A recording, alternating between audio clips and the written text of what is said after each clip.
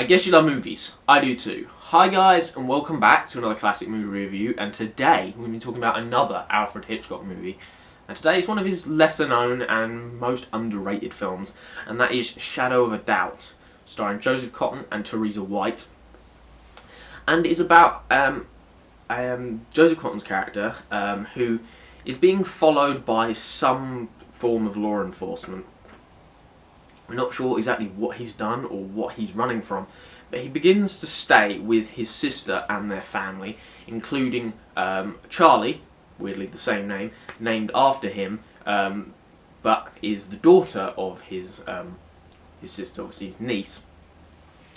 And he stays there for a while, and as time goes along, she becomes more and more suspicious of his reasons for being with them, and his reasons for running away from where he used to live, and what exactly is he running away from.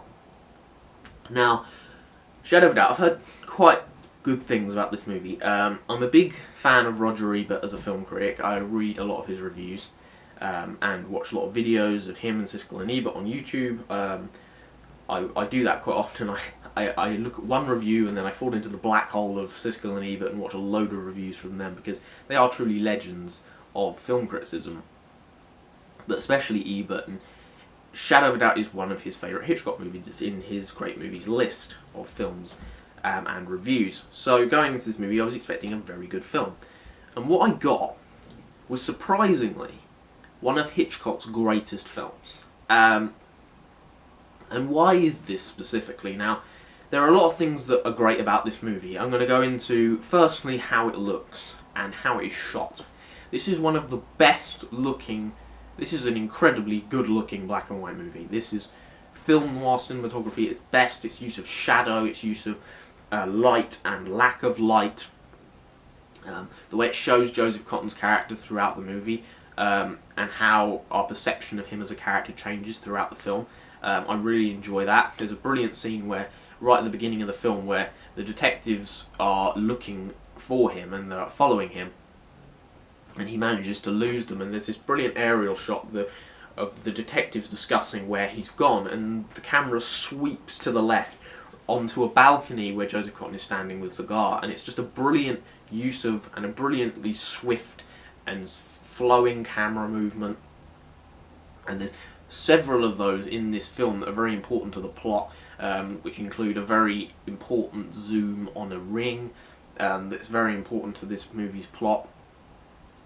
And what I love about this film is that this isn't really spoilers, because you really know that Joseph Cotten is guilty of being who the detectives suspect him to be at the beginning of the film.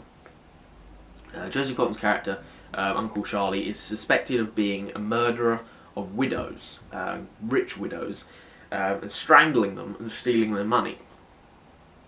And as the film goes along, you begin to realise that he is that man. He is the murderer. There's no doubt about it. And as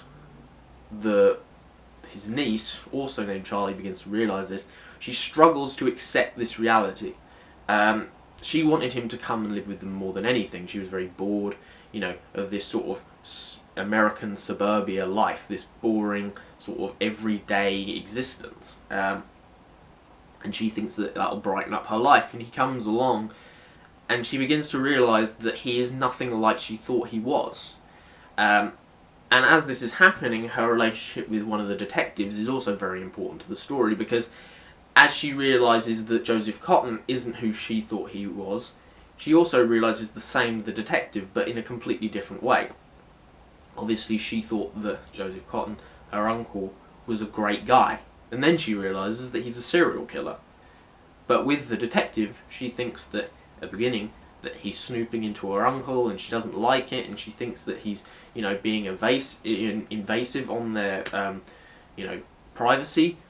But eventually, she begins to realise that he loves her, and their relationship grows, and this movie's analysis of perception is very important and very interesting in this film.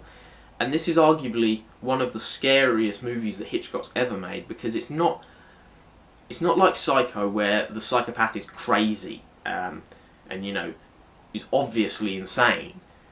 But this character, Joseph Cotton's character, and his performance in this film is fantastic. This is one of the best performances he's ever given.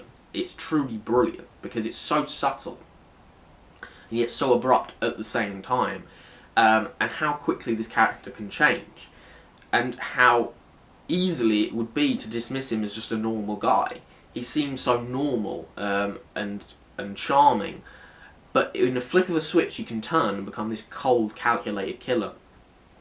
And there's this fabulous scene where he starts to talk about the widows, and this brilliant zoom in on the face from Hitchcock, and he has absolutely no emotion, and it's completely terrifying, because the scariest thing is that this could be anyone.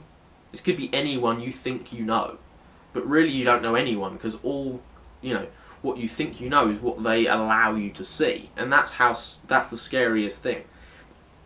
Hitchcock loves to show you the darkness underneath American suburbia, the kind of American dream, and how beneath the white picket fences and the perfectly mown lawns and the perfect children and the husband and wife, there's a lot of darkness underneath that.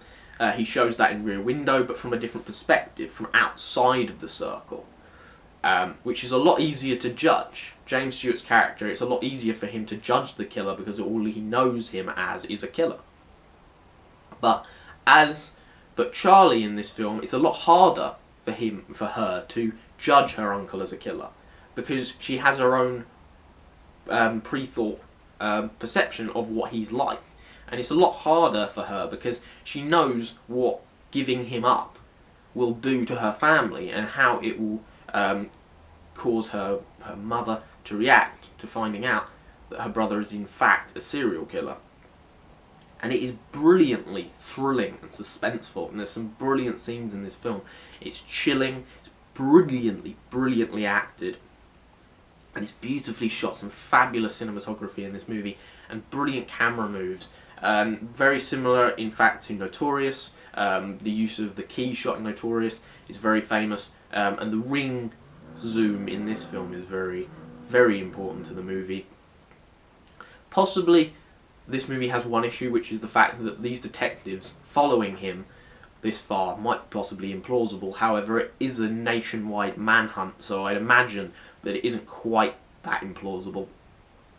But overall, Shadow of a Doubt is a chilling, thrilling, brilliant movie with great cinematography, fabulous performances from both Teresa Wright and especially Joseph Cotton. This might be a career best for him. Brilliant direction by Hitchcock, and this might be his scariest movie, because the monster in this movie feels so normal and so real, and that is scarier than anything, that there could be a monster living within, you know, feet of you, and you will never know. And there could be a monster who you've known your whole life and you think you've known, but really you didn't know them at all. I loved Shadow of a Doubt. I thought it was a fantastic movie and one of his most underrated films, and I'm going to give Shadow of a Doubt a 10 out of 10. So there you go, that is my review of Shadow of a Doubt. Hopefully you enjoyed. If you did, like, subscribe, drop your comments down in the section below. What is your favourite Hitchcock movie? I've said many times it's Vertigo. Have you seen Shadow of a Doubt? What did you think of it? I would love to know what you thought of it down in the comment section below. Also, I would appreciate it if you follow me on Twitter and Instagram. Those links are down in the description. And hopefully you enjoyed this video, and hopefully I'll see you next time. Goodbye.